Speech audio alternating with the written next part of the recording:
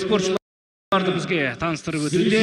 Жеткен жетістіктері, өткізген кездесулерді, жасы, бойы, барлығы сіздердің назарларыңызға ұсынылды.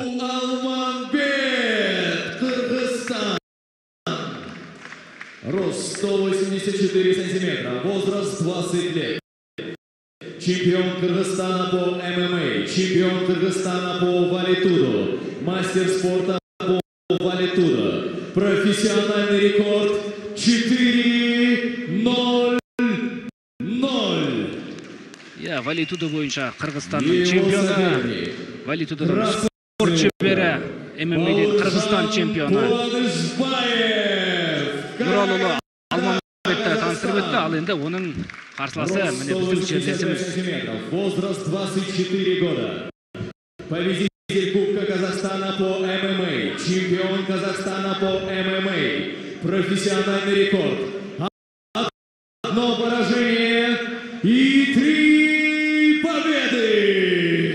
Өткен жылдан бастап керемет деңгейде өнер көрсетіп жүрген Қуанышбаев Бауыржан 2015 жылы Қазақстан кубогының жеңімпазы атанды. Сол секілді өткенде ғана Қазақстан чемпионатында топ жарғанын көргенбіз. Міне ережеге сай жекпе-жек өткізіңіздер. Екеуіңізге де сәттілік дегенді шаршаларындағы рефери айтып өтті. Бұл кездесудің фавориті меніңше екі қарсы жоқ секілді, екі қарсыласта тең.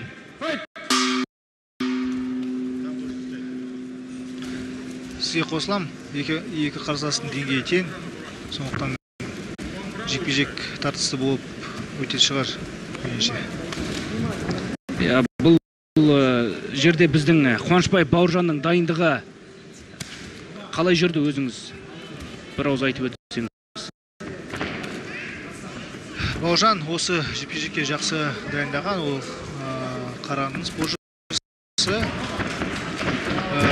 Негізі осы бір ай бұрын өткен Қазақстан біріншілігінде топ жарған. Бұл өте жоғары жетістік, өйткені қазір әуесқой спортшылар өте жақсы деңгейде дамыған Қазақстанда.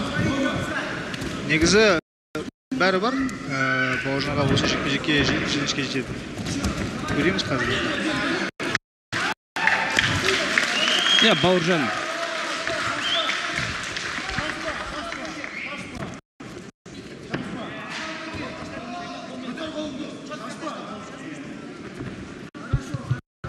Бауыржан әзірге міне қарсыласына әдемі соққы жұмсай білді. Очень хороший удар был сейчас.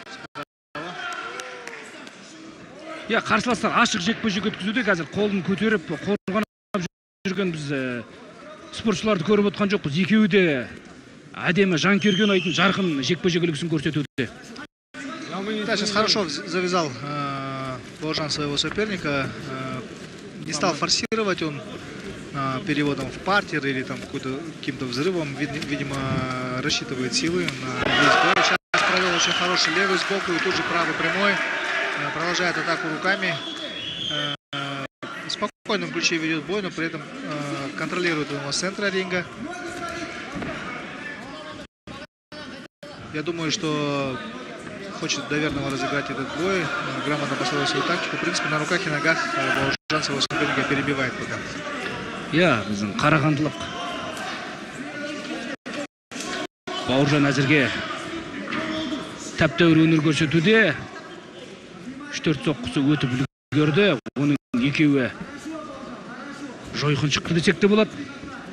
Біздің елде осы аралас жауынгерлік жекпе-жек жоғары қарқында дамып келе жатыр. Қай өңірдің спортшылары көбірек осы жеңіске жетуде ел чемпионатында? Қай регионда? Қай өңірдің спортшылары мықтылық танытуда? Негізі қазір аралас жекпе-жек сондай спорт қалыптасқан. Сол айта алмайсың қазір, мысалы, анау күресші деп, анау боксшы деп. Негізі әр жақта, әр деңгейде өте жақсы дайындалу керек.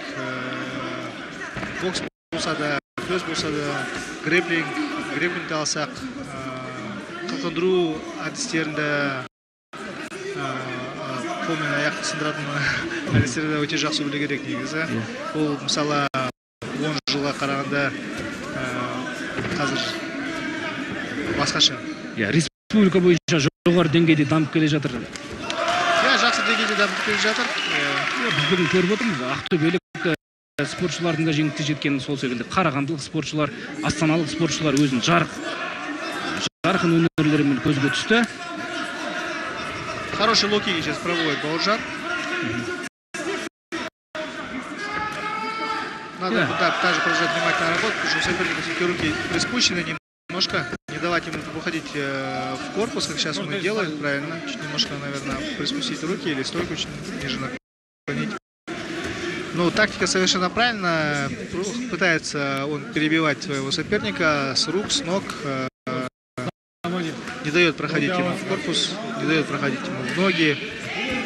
И пока что диктует тон в этом поединке. Бауыржанның бүгінгі жекпе-жекке таңдаған тактикасы дұрыс екені көрініп тұр. Меніңше Алманбеттің таңдаған тактикасы дұрыс емес секілді. Бұл жерде мүлдем басқаша жекпе-жек өткізу керек. Әйтпесе басымдық біздің Бауыржанның тарапынан.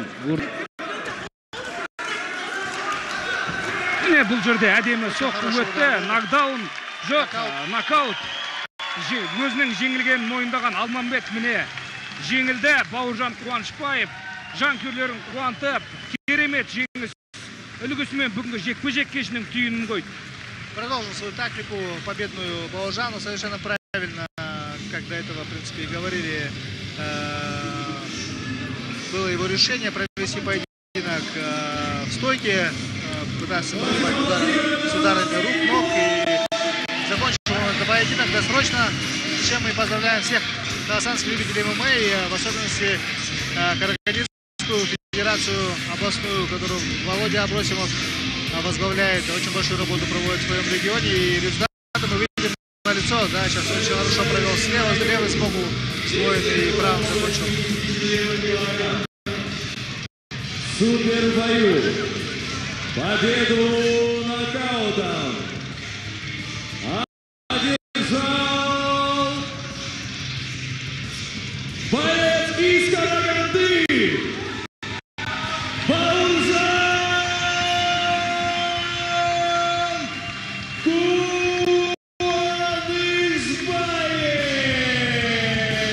Қуанышбаев. Бауыржан Қуанышбаев қуаныш сыйлап, Ерқын жеңіске жетті. Керемет кездесудің керемет түйінін қойды. Оның қарсыласы бір қарағанда нокдаун алып, кездесуді жалғастыруға дайын болғандай көрінген, дегенмен бүйректен соққан соққысы өте ауыр шықты. Кездесуді ары қарай жалғастырудан бас тартты. Сонымен бүгінгі ММА аралас жауынгерлік жекпе-жегі бойынша көшпенділер шайқасының 8-ші кезеңі де өте жоғары деңгейде өтті деп айта аламыз. Толық келісемін сізбен.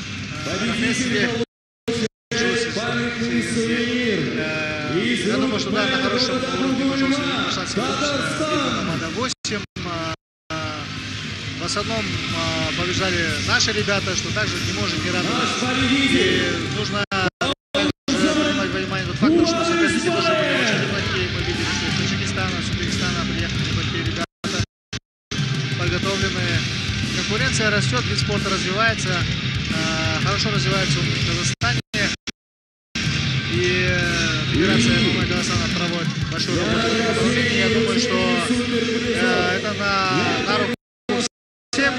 Конкуренция, она закаляет мастерство, повышает его. И чем выше конкуренция в регионе, тем лучше подготовленность на мировом уровне.